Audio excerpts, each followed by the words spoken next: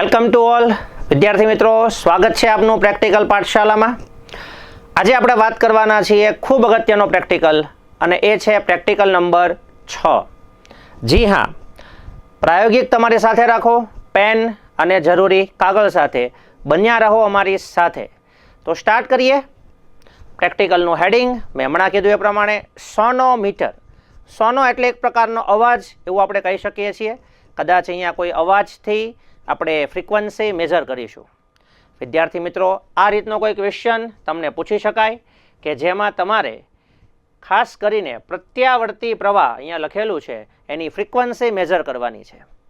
Frequency આપણા ઘરે જે આવે છે આપણને ખ્યાલ જ છે 50 હર્ટ્ઝ, મતલબ કે આપણા ઘરે જે પાવર આવે છે, જે વિદ્યુત આવે છે વિદ્યાર્થી મિત્રો, એ દર સેકન્ડે $50 થતા હોય છે। કદાચ યુએસએમાં હોઈએ તો એમાં 60 હર્ટ્ઝ હોય છે, અને આપણે ત્યાં દરેક સાધન 50 હર્ટ્ઝ ઉપર વર્ક કરે છે।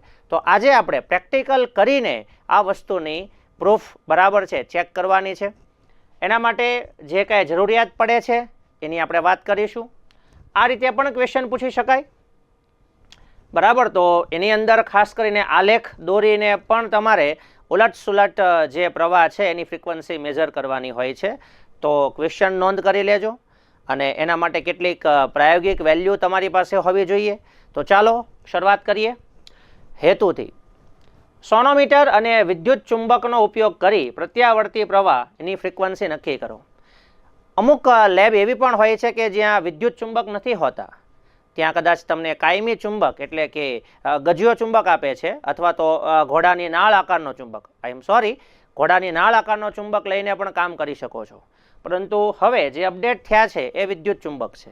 બેમાં ડિફરન્સ એ છે કે વિદ્યુત ચુંબકમાં જ્યારે પણ પ્રવાહ પસાર થાય ત્યારે જ મેગ્નેટિક ફિલ્ડ જનરેટ કરી શકાય। તો વિદ્યાર્થી મિત્રો, આ છે કેટલાક સાધનો જે તમને અહીંયા સ્ક્રીન ઉપર દેખાય છે। એક નવું સાધન અહીંયા આપણે એડ કરીશું, સોનોમીટર, એટલે એક પ્રકારનો અવાજ એમાં તમને સંભળાશે। સોનોમીટર ઉપર લોખંડનો તાર, અહીંયા તમને જે દેખાઈ રહ્યો છે એ લોખંડનો તાર આપણે ઉપયોગમાં લીધો છે। વિદ્યાર્થી મિત્રો, એ કોઈ મિશ્ર ધાતુ પણ હોઈ શકે છે, તો ખાસ યાદ રાખો। કદાચ તમે કોઈ બીજી જગ્યાએ ધારો કે પ્રેક્ટિકલ જોયો હોય તો ત્યાં લોખંડનો તાર ન પણ હોય, પણ આપણે એક વસ્તુ યાદ રાખવાની છે, પેર કઈ યાદ રાખવાની છે।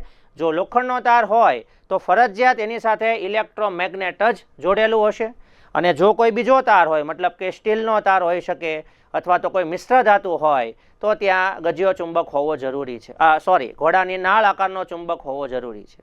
અચ્છા, આપણી પાસે અત્યારે લોખંડનો તાર અને ઇલેક્ટ્રોમેગ્નેટ્સ હાજર છે। ઓકે, તો આ ટાઈપનું ઇલેક્ટ્રોમેગ્નેટ્સ દેખાઈ રહ્યું છે। ઇલેક્ટ્રોમેગ્નેટ્સની બનાવટ કઈ રીતની હશે? તો આ એક લોખંડનો સળિયો છે, અને એના ઉપર તાંબાના પાતળા તાર વીંટાળી બનાવેલું ઇલેક્ટ્રોમેગ્નેટ્સ। તાંબાના તાર લેવાનું કારણ છે એક તો એનું લો રેઝિસ્ટન્સ, અને આપણે ઈચ્છિત રીતે એને યોગ્ય આકાર આપી શકીએ છીએ। તમે ઓલરેડી લેબ અને શું કહેવાય કે ચેપ્ટર ભણ્યા હો ત્યારે ભણી ગયા હશો। આગળ છે સ્ટેપ ડાઉન ટ્રાન્સફોર્મર। જી હા, ટ્રાન્સફોર્મરનું કામ શું છે તમે ભણી ગયા છો। ટ્રાન્સફોર્મરનું કામ છે વોલ્ટેજને ડાઉન અથવા તો અપ કરવાનું, પરંતુ અહીંયા વિદ્યાર્થી મિત્રો આપણે 230-220 વોલ્ટ જે છે એને આપણે બહુ ઓછા વોલ્ટેજ, મતલબ કે 5 થી 10 વોલ્ટમાં કન્વર્ટ કરવાના છે। એટલે આપણે અત્યારે સ્ટેપ ડાઉન ટ્રાન્સફોર્મરનો ઉપયોગ કર્યો છે।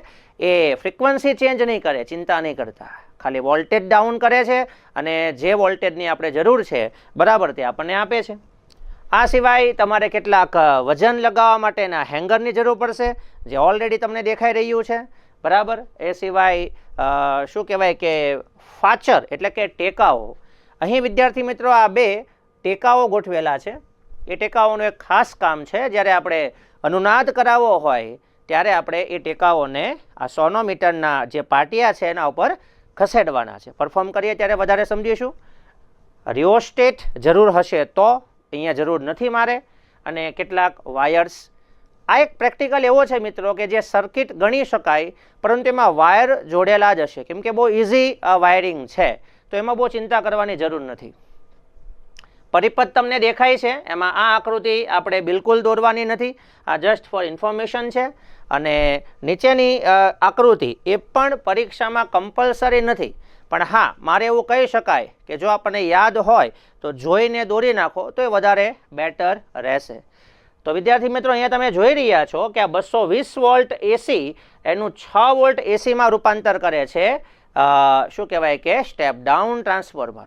અને એ વોલ્ટેજને સીધા કોની સાથે જોડવામાં આવે છે? ઇલેક્ટ્રોમેગ્નેટ્સ. બરાબર, તો આપણી એક સર્કિટ અને અહીંયા લોખંડનો તાર અને ઇલેક્ટ્રોમેગ્નેટનું કોમ્બિનેશન કરેલું છે. તો વિદ્યાર્થી મિત્રો એક વસ્તુ અહીંયા ખાસ સર્કિટ જે છે એના ઉપર તમે ફોકસ કરજો. સર્કિટ જો અહીંયા તમે જુઓ છો એ પ્રમાણે હું તમને શોર્ટમાં ઝડપથી સમજાવી દઉં.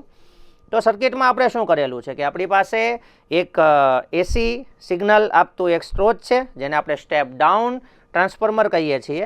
આ સ્ટેપ ડાઉન ટ્રાન્સફોર્મરના જે બંને ટર્મિનલ છે બરાબર છે એ આપણે ઇલેક્ટ્રોમેગ્નેટ્સના બંને છેડા સાથે જોડેલા છે.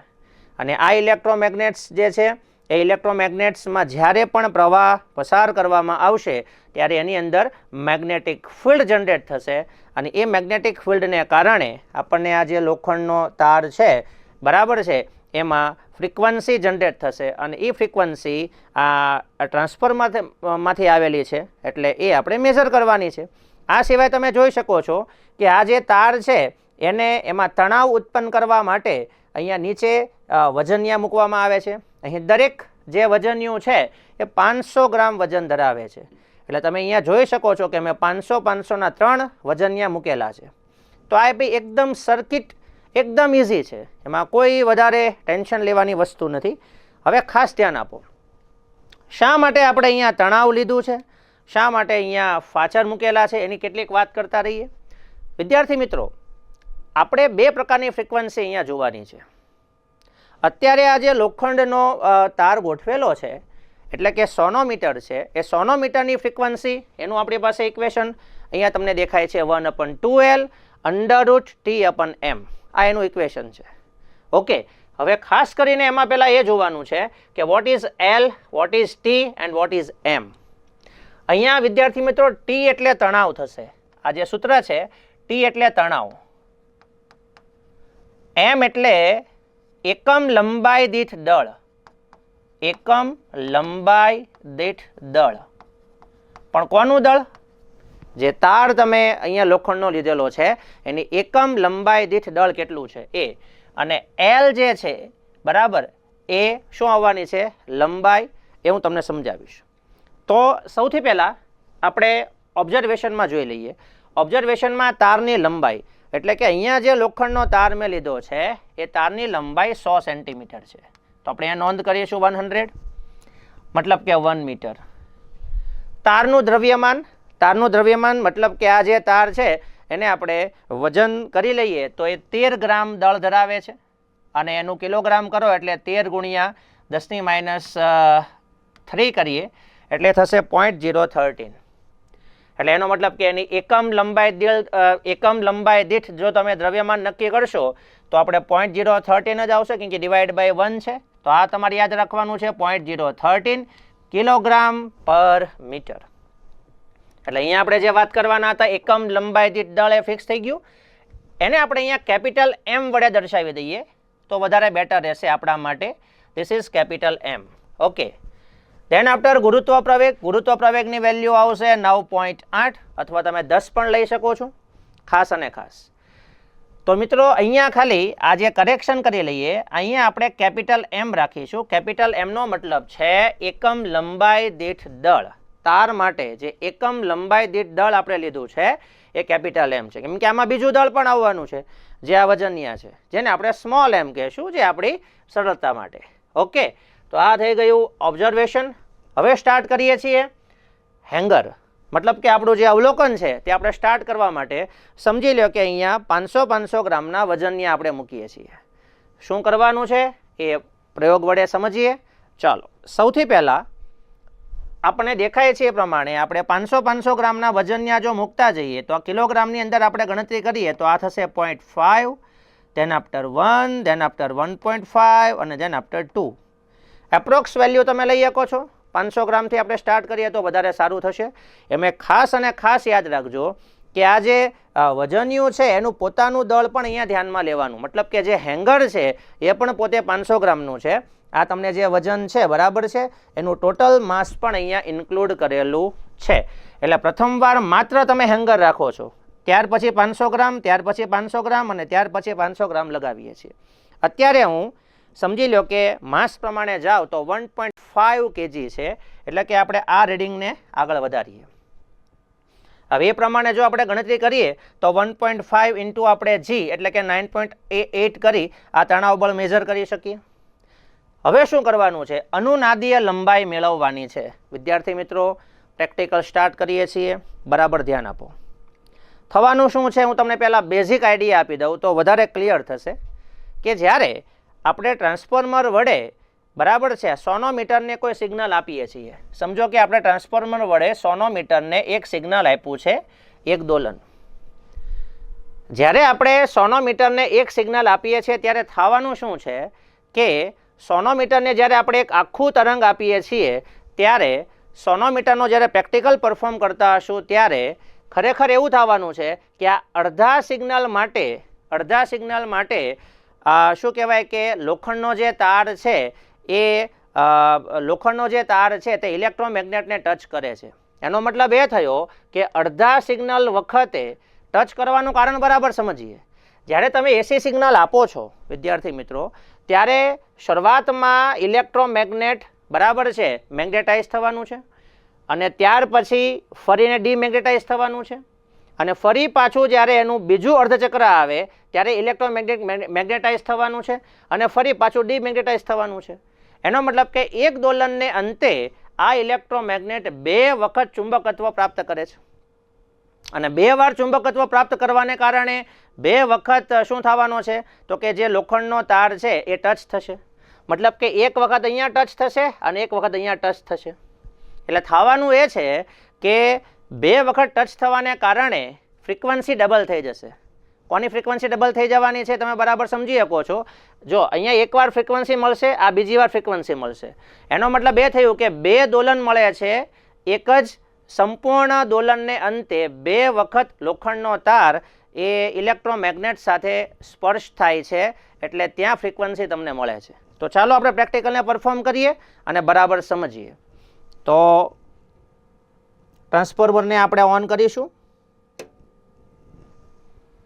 હવે અહીંયા આપણે આ જે ટેકાઓ છે એના વડે અનુનાદીય લંબાઈ માપીએ છીએ. અનુનાદીય લંબાઈ માપતા પહેલાં તમે બરાબર ચેક કરો છો કે 1.5 કિલોગ્રામ વજન ટોટલ થાય છે. હવે આપણે મહત્તમ અવાજ આવે ત્યાં સુધી આ બંને ટેકાઓને ખસેડતા જશું.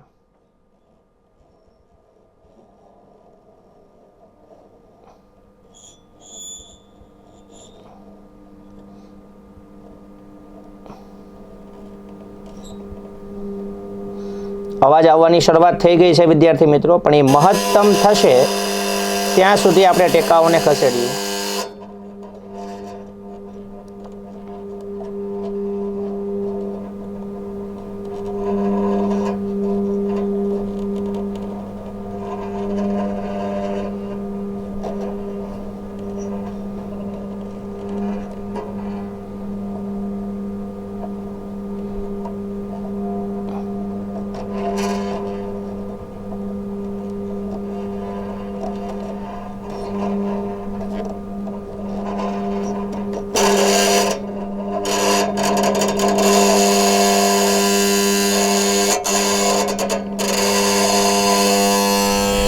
વિદ્યાર્થી મિત્રો, રીડિંગ લેતી વખતે ખાસ ધ્યાન રાખવાનું છે કે જો આ સહેજ પણ ઇલેક્ટ્રોમેગ્નેટ પોતાની જગ્યા ઉપરથી ખસે નહીં.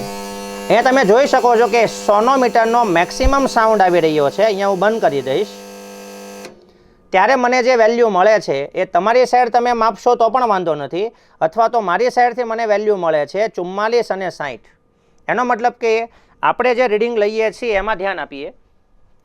પ્રથમ પ્રયત્ન અનુનાદીય લંબાઈ, મતલબ કે આ 2 અનુનાદ થતા ટેકાઓની વચ્ચેનું જે માપ છે એ મારે મેજર કરવું હોય તો મારે લખવાનું થશે 60 માઇનસ 44. એટલે એનો મતલબ કે એ જે જવાબ આવવાનો છે એ થવાનો છે 16 સેન્ટીમીટર. એ જ પ્રમાણે બીજો પ્રયત્ન વિદ્યાર્થી મિત્રો, બીજો પ્રયત્ન કરતી વખતે એ ધ્યાન રાખીશું કે આ બંને અનુનાદ ટેકાઓને આપણે થોડા દૂર લઈ જઈ અને ફરી પાછા નજીક લાવવાનો પ્રયત્ન કરીશું. તો સેમ આન્સર તમને ઓલમોસ્ટ 16ની નજીક જ મળશે જે અત્યારે મને મળે છે. કદાચ તમે પ્રેક્ટિકલ કરશો તો એમાં વેલ્યુ અલગ આવી શકે છે. તો અંદાજિત અહીંયા હું લખી નાખું છું કે પ્રથમ પ્રયત્નને અંતે આપણને આ મળે છે 16 સેન્ટીમીટર, બીજા પ્રયત્ને કદાચ આપણને 16 સેન્ટીમીટરની નજીક મળશે અને એની એવરેજ એટલે કે L1 પ્લસ L2 જે બી આપણે લખતા હોઈએ એ પણ આવશે 16 સેન્ટીમીટર. ઓકે, ત્યાર પછી એની જે એવરેજ આપણને મળે છે સરેરાશ L થઈ જશે અને એના ઉપરથી આપણે મેળવવાની છે ફ્રીક્વન્સી f. વિદ્યાર્થી મિત્રો, આ ફ્રીક્વન્સીની સંજ્ઞા n પણ લઈ શકો છો અને f એ લઈ શકો છો, વાંધો નથી, પણ યાદ એ રાખજો કે આ ફ્રીક્વન્સી સોનોમીટરની છે. ઓકે, અને સોનોમીટરની જે ફ્રીક્વન્સી છે એ નથી માપવાની, આપણે માપવાની છે જે સ્ટેપ ડાઉન ટ્રાન્સફોર્મરમાંથી જે એસી સિગ્નલ ગયું છે એની ફ્રીક્વન્સી. તો તકલીફ ક્યાં પડશે કે સોનોમીટરની જે ફ્રીક્વન્સી છે બરાબર છે એના કરતાં આપણે જે ફ્રીક્વન્સી આપી છે એ કેવી હશે? અડધી હશે. એનો મતલબ એ થયો કે આ ગણતરી જે તમે કરશો એ જવાબ તમારો 100 એપ્રોક્સ અથવા તો 101 પોઈન્ટ સમથિંગ હર્ટ્સમાં મળવાનો છે. એટલે ચિંતા નહીં કરતા, આ ફ્રીક્વન્સી જે મળવાની છે સોનોમીટરની છે અને સોનોમીટરની ફ્રીક્વન્સી 100 મળવાનું કારણ મેં તમને સમજાવ્યું કે જ્યારે આપણે આપણું એક સિગ્નલ આપીએ છીએ ત્યાં સુધીમાં આ જે લોખંડનો કેબલ છે ને, તાર છે ને, એ 2 વાર ટચ કરે છે. એનો મતલબ એ થયો કે આપણી ફ્રીક્વન્સી ધારો કે 50 છે તો એ 100 વખત એટ્રેક્ટ થાય છે લોખંડનો કેબલ, એટલે તમને ફ્રીક્વન્સી બતાવશે એના કરતાં ડબલ. એટલે આપણે જ્યારે ગણતરી કરશું ત્યારે આના ડિવાઈડ બાય 2 કરીને કેલ્ક્યુલેશન કરવાની થશે. તો એ રીતે બી કરી શકો છો, અથવા કેટલીક ગણતરી એવી પણ થાય છે કે ડાયરેક્ટ અહીંયા 1/4L કરી નાખો તો બી તમારો જવાબ આવી જશે. પણ એનું ઓરિજિનલ જે સૂત્ર છે આપણે આની પહેલાં જોયું કે કોઈ બી ફ્રીક્વન્સી નક્કી કરવા માટે 1/2L √T/m આવશે. તો વિદ્યાર્થી મિત્રો, આના પરથી તમને અંદાજો આવી જવો જોઈએ કે સોનોમીટરમાં જે ફ્રીક્વન્સી મળે છે એ કોના કોના ઉપર આધાર રાખે છે. તો કે તમે જે તણાવ આપેલું છે, કેમ કે વજનને લટકાવવાનું રીઝન એ છે કે તાર ખેંચાવવું જોઈએ. આ ઉપરાંત એની એકમ લંબાઈ દીઠ દળ એટલે કે તારનું દળ પણ મહત્વનું છે. અને L તમે જે લીધું છે એ તમે શું લીધેલું છે? તારના અંદર જ્યારે ફ્રીક્વન્સી જનરેટ થાય છે ત્યારે એના 2 અનુનાદ ટેકાઓ વચ્ચેનું એવરેજ મૂલ્ય જે આપણે અહીંયા પ્રેક્ટિકલ કરીને મેળવું. એનો મતલબ એ થયો કે આપણે ખાસ કરીને જે મેળવવાનું છે એ L જ ખાસ રહેશે. 2 અનુનાદ ટેકાઓ વચ્ચેનું જે માપ છે એ ખૂબ જ મુખ્ય રહ્યું. આગળ વધીએ. મને આશા છે કે આમાં તમને ખ્યાલ આવતો હશે, કેમ કે આવા હજી બીજા 2 કે 3 પ્રેક્ટિકલ તમારે કરવાના છે. મિત્રો, એક વસ્તુ ખાસ ધ્યાન રાખજો, કેટલીક વખત આ જવાબ 100ની નજીક નથી આવતો. તો એમાં તમારું ક્યાં ભૂલ હોઈ શકે છે હું તમને સમજાવી દઉં કે આ અનુનાદ ટેકાઓ છે એને બહુ ધીમે ધીમે આપણે ખસેડવાના છે. એ દરમિયાન ધ્યાન રાખવાનું છે કે ઇલેક્ટ્રોમેગ્નેટ અને જે લોખંડનો કેબલ છે એ 2 વચ્ચેનું અંતર પણ ચોક્કસ રહેવું જોઈએ. એવું ન બને કે આ ઇલેક્ટ્રોમેગ્નેટ જે છે એ પોતાની જગ્યા પરથી ખસી જાય. તો આ પ્રેક્ટિકલ છે એકદમ ઇઝી, પણ એને એકદમ ધીમે ધીમે તમે પરફોર્મ કરો અને એક્યુરેસી ખૂબ જ જરૂરી છે. અને જવાબ કદાચ 100ની આજુબાજુ આવે તો ચિંતા નહીં કરીએ, કેમ કે આમાં કેટલીક ત્રુટિ પણ રહેલી છે. કદાચ સાધનમાં ત્રુટિ હોઈ શકે, વ્યક્તિગત ત્રુટિ હોઈ શકે, પણ ઓન એન એવરેજ આપણે જાણીએ છીએ આનો આન્સર 50 હર્ટ્ઝ જ આવવો જોઈએ, કેમ કે આપણા ઘરે જે ફ્રીક્વન્સી આવે છે એ આપણે મેઝર કરીએ છીએ માટે. ઓકે, આલેખ જે તમને કદાચ સમજાઈ જશે, કેમ કે આપણી પાસે જે ઇક્વેશન છે ફ્રીક્વન્સીનું એના પરથી આપણે આલેખ રેડી કરવાનો છે. હવે આપણી પાસે ઇક્વેશન છે f = 1/2L √T/m. ઓકે, હવે આલેખ અહીંયા આપેલો છે T વર્સિસ L² નો. એનો મતલબ એ થયો કે આપણે આને અહીંયા સ્ક્વેર કરી દઈશું. અહીંયા ધીસ ઇઝ 1/4L² અને આ વર્ગમૂળને આપણે કેન્સલ કરી દઈએ. તો ઇન શોર્ટમાં તમે સમજી શકો છો કે આલેખ જે છે એનો ઢાળ એ 1/4m v this is f, મતલબ કે આ ફ્રીક્વન્સી જે આપણે અહીંયા સોનોમીટરની મેઝર કરી છે બરાબર એ જ ફ્રીક્વન્સી અહીંયા આવશે, જેની સંજ્ઞા ન્યૂ અથવા તો v આપણે શોર્ટમાં બોલીએ છીએ એ તમે લઈ શકો છો. તો આલેખનો ઢાળ મેળવી અને એના પરથી પણ તમે ફ્રીક્વન્સી મેઝર કરી શકો છો. ફરી એકવાર વિદ્યાર્થી મિત્રો, આ સમજવાની છે સોનોમીટરની ફ્રીક્વન્સી. સોનોમીટરની ફ્રીક્વન્સી એનો મતલબ કે જે લોખંડનો તાર છે એની અંદર જે ફ્રીક્વન્સી જનરેટ થઈ છે એની ફ્રીક્વન્સી છે, અને આપણે મેઝર કરવાની છે આપણે જે સિગ્નલ આપેલું છે એની ફ્રીક્વન્સી. અને આપણને ખ્યાલ છે કે આ ફ્રીક્વન્સી આ લોખંડના કેબલ કરતાં કેવી થઈ જવાની છે? અડધી. તો એ ગણતરી આપણે પછી કરીએ. એના પછી ફાઇનલ ટી વિરુદ્ધ એલ સ્ક્વેરનો આલેખ જે આપણને સુરેખ મળે છે, અહીંયા આપણે લખીએ છીએ એ પ્રમાણે આલેખનો ઢાળ જે મળશે એ પણ ઓલમોસ્ટ તમને અત્યારે જે ગણતરી કરી છે એ પ્રમાણે એપ્રોક્સ 100ની નજીક મળી જવો જોઈએ. ફાઇનલી આ ખાસ અને ખાસ નોંધ કરીએ, એસી પુરવઠા એટલે કે એસી સપ્લાય જે આપણે કરેલો છે એની ફ્રીક્વન્સી સોનોમીટરની ફ્રીક્વન્સી કરતાં આ થઈ ગયું સોનોમીટરની ફ્રીક્વન્સી અને આ થઈ ગયું એસી સિગ્નલની ફ્રીક્વન્સી. તો ગણતરી પરથી આ જવાબ નિયરલી અબાઉટ 50 હર્ટ્ઝ હોવો જોઈએ અને આલેખ પરથી પણ 50 હર્ટ્ઝ મળવો જોઈએ. મિત્રો, પ્રેક્ટિકલ એકદમ સરળ ખરો, પરંતુ જો તમારી ક્યાંય પણ એક્યુરેસીમાં ભૂલ થાય તો પ્રેક્ટિકલમાં આન્સર નથી આવતો. તો બરાબર આને ચેક કરી લેશો. કેટલાક વાયવા ખૂબ જ અગત્યના છે. આ બધા જ પ્રશ્ન જનરલી પૂછાતા હોય છે. જો કે આપણે એની ચર્ચા કરી જ નાખી છે. આમ છતાં દરેક વાયવાને પણ પૂરા દિલથી વ્યવસ્થિત તૈયાર કરજો પ્રેક્ટિકલની અંદર. ઓકે વિદ્યાર્થી મિત્રો, આ તો સોનોમીટરનો પ્રેક્ટિકલ. મને આશા છે કે તમને બરાબર સમજાયો હશે. વધુ સારા પ્રેક્ટિકલ સાથે મળીશું નેક્સ્ટ ટાઈમ. આભાર.